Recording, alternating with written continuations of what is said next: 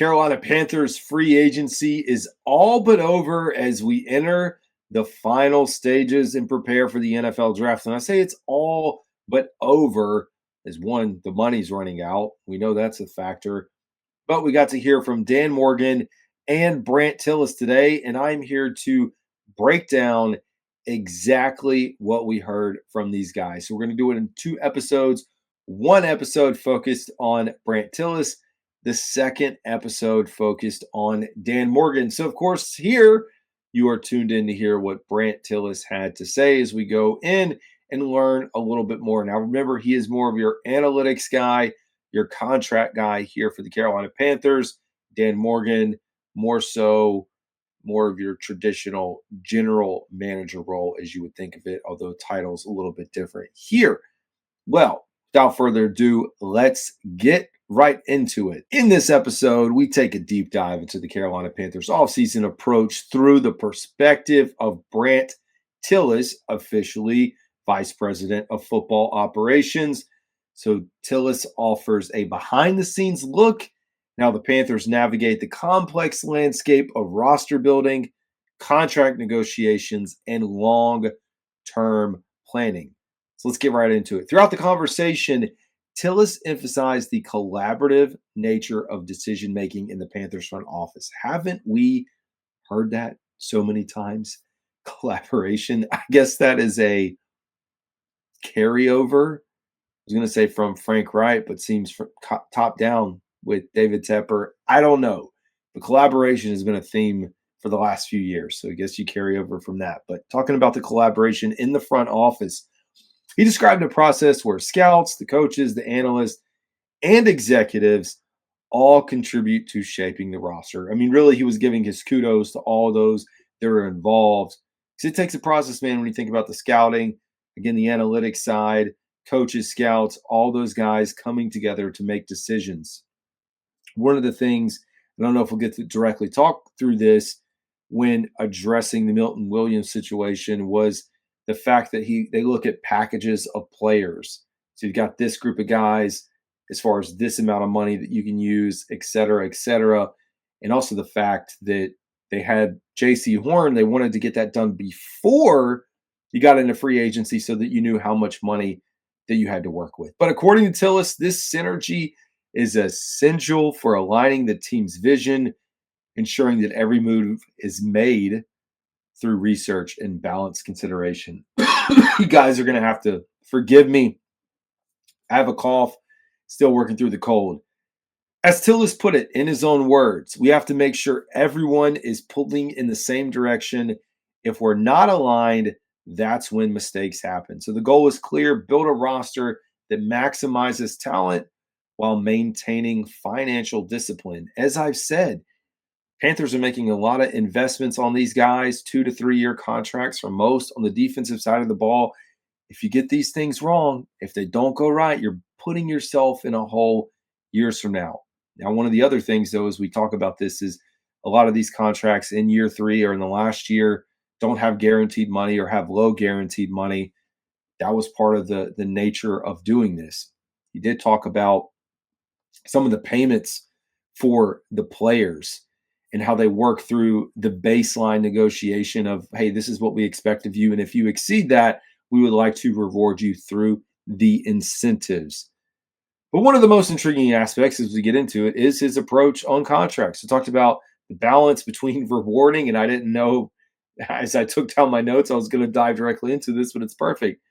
Rewarding players who have excelled and managing the constraints of the cap. So rather than chasing splashing signings, the Panthers prioritize long-term sustainability, making sure the contracts align with the player's projected future rather than overpaying for past accomplishments. So as Tilis put it, quote, the worst thing we can do is pay a guy for what he's done instead of what we believe he'll do. That's how teams get stuck. Absolutely. You need to pay on, it's kind of like the stock market, on where you think it's going to go. Is this going to be an Amazon? Is this going to be a Facebook? Is this going to be a Google?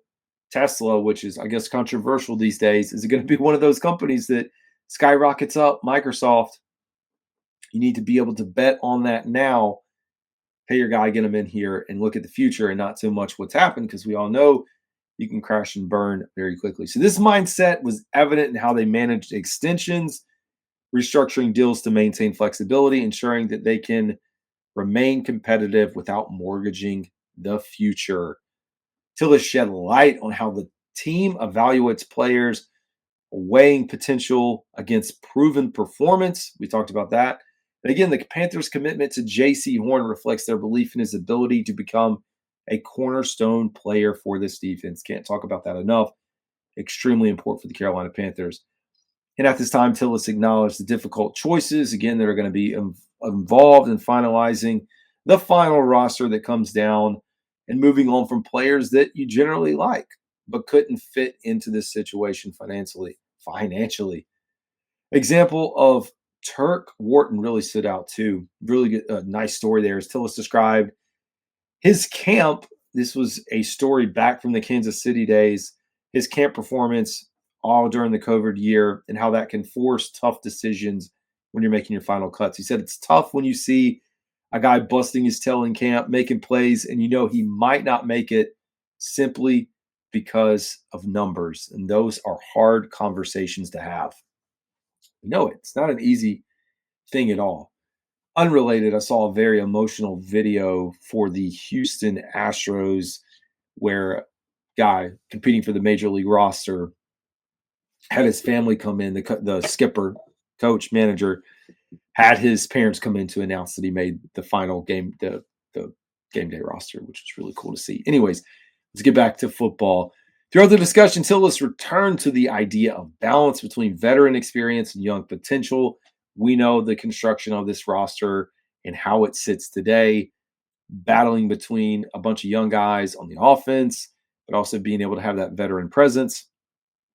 And immediate needs, long-term stability. Front office aims to identify ascending players who fit the system rather than leaning solely, again, on those veterans. We did get very younger on the defensive side of the ball. As Tilis described it, here's the quote. We're not just collecting talent. We want players who fit our culture, guys who love football and approach it in the right way. It's not just about acquiring it. It's about finding those guys with the work ethic, character, mentality match that Dave Canales has set in the building. He didn't quote Dave Canales there, but that's part of what he said earlier is the culture fit for Canales. Looking forward, Tilis expressed cautious optimism about the Panthers' future, made it clear that while the team is committed to improving immediately, they've also focused on laying a foundation for sustained success. As he put it, we're building this thing brick by brick. If we do it right, the results will come. Maybe not overnight, but they will. I would love to know what you think about that, Panthers fans. I do agree. It is brick by brick. It's going to take time. What is that timeline? Is that a season, 2 seasons, 3 seasons? I mean, as much as we want to start winning, hopefully you see winning sooner and it is not out into the future. So it's a patient, calculated approach that aims to build a contender through consistency and discipline rather than quick fixes. That's where the Panthers sit right now. So what do you guys think about an overview here of Brandt Tilis and his presser? Getting an update. Again, still a little bit money to spend. I'm kind of blurring some of the pressers here, but you're not going to see 5 to 10 guys per week. They did talk through the need or lack thereof at wide receiver and not addressing it with a veteran. Lots of good questions came through. Unfortunately, I clipped some stuff, but the way I clipped it didn't work to pull it over into today's episode.